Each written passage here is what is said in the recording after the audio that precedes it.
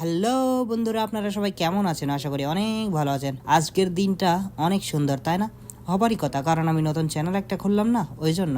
না মজা করলাম, এমনিতে আজকের দিনটা অনেক সুন্দর লাগছে। যাই হোক, সবাই একটু ছোট ভাইটাকে মন থেকে দোয়া করো আর চ্যানেলটাকে নিজের করে নাও দেখি। আজকের দিনে সবাই ইউটিউবার হতে চাই, আমি বা কেন পিছিয়ে থাকবো বলো? তাই তো হাজির হলাম নতুন একটি চ্যানেল নিয়ে, ইউটিউবার হবার আশায়। চলো একটু বাইরের দিকে যাই আর যেতে যেতে কথা বলি। এটা আমার প্রথম ভিডিও তো, তাই আপনারা আমাকে অবশ্য চেনেন না। আমার নাম আকিব আর আমি সৌদি আরবে থাকি বিগত 8 বছর ধরে, পেটের তাগিদে। একটা জিনিস জানেন, এই প্রবাসীদের ভিতর কোনো কাজকেই ভয় পাওয়ার সুযোগ আসে না।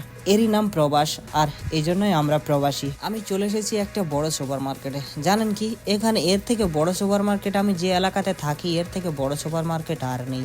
তাই অধিকাংশ জিনিসপত্র আমি এখান থেকেই কেনাকাটা করে থাকি। আজকেও কিছু জিনিসপত্র কিনবো, কিন্তু আপাতত যে দাম দর, কিভাবে কি কিনতে হয় না হয়, এগুলো আপাতত এই ভিডিওতে না জানিয়ে পরবর্তী ভিডিওগুলোর জন্যই রইলো। তাই অবশ্যই সাবস্ক্রাইব এবং লাইকটা করে রাখবেন। পরবর্তী ভিডিওগুলোতে অনেক সুন্দর সুন্দর ভিডিও আমি আপনাদেরকে দেখানোর চেষ্টা করব। সৌদি আরবে আমার একটা জিনিস খুব ভাল লাগে, জানেন কি সেটা?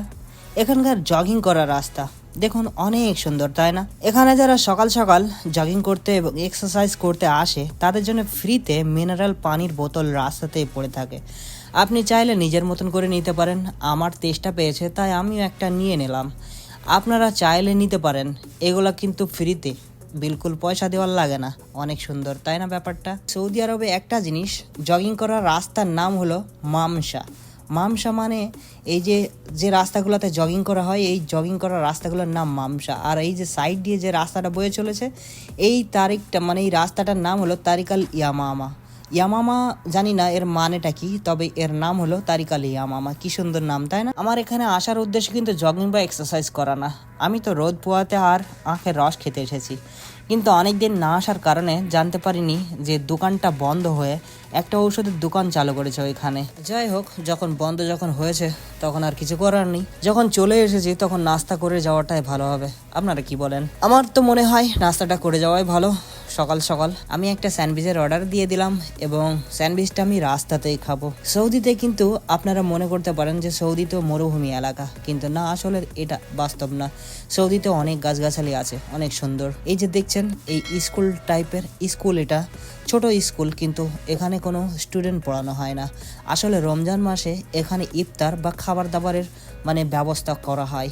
এই খাবারগুলো কিন্তু এই আমাদের মতন প্রবাসীদেরকেই দেওয়া হয়, আর এই খাবারগুলো দেয় সৌদির শেখরা। অনেক ভাল লাগে এখানে। আর একটা কথা বললেই নয়, সেটা হলো আমি সৌদি আরবে জেদ্দা শহরে বিগত 3 বছর থাকি। আর জেদ্দা মানে হলো পুরাতন শহর। জেদ্দা শহর অনেক পুরাতন শহর। যতটা পুরাতন এই শহর, তার থেকে কোনো দিক দিয়ে কম পুরাতন এই বিল্ডিংটা না। দেখুন, এই বিল্ডিংটা কিন্তু যে কোনো সময় মুখ থুবড়ে পড়তে পারে, আর এই বিল্ডিং এই আমি থাকি। এর আশেপাশের বিল্ডিং গুলো সব ভেঙে নতুন বিল্ডিং তৈরি করা হচ্ছে, কিন্তু এই বিল্ডিংটা ভাঙার কোনো লোক নেই। চলুন আমার রুম পরিদর্শন করাই আপনাদেরকে। আমার রুমের ভিতরটা অনেক আবর্জনার মতন এদিক ওদিক জিনিসপত্র ছড়িয়ে ছিটিয়ে আছে। কিছু মনে করবেন না, আসলে প্রবাসীদের বলার কেউ থাকে না, তো তাই এদিক ওদিক রুম সাজানো গোছানো হয় না আর কি। যাই হোক, আমার ডিউটি যাওয়ার সময় হয়েছে, তাই এই ভিডিওটা সমাপ্ত করার সময় চলে এসেছে। আপনারা চাইলে ভিডিওটা দেখে যদি ভালো লেগে থাকে তা অবশ্যই আমার এই চ্যানেলটাকে সাবস্ক্রাইব করবেন। নতুন চ্যানেল যেহেতু, আপনাদের সাপোর্টের কারণেই আমি হয়তো ইউটিউবার হওয়ার যে আশাটা দেখেছি সেটা হতে পারবো। তাই চ্যানেলটাকে সাবস্ক্রাইব করবেন, লাইক করবেন। দেখা হবে পরের ভিডিওতে অন্য কোনো টপিক নিয়ে।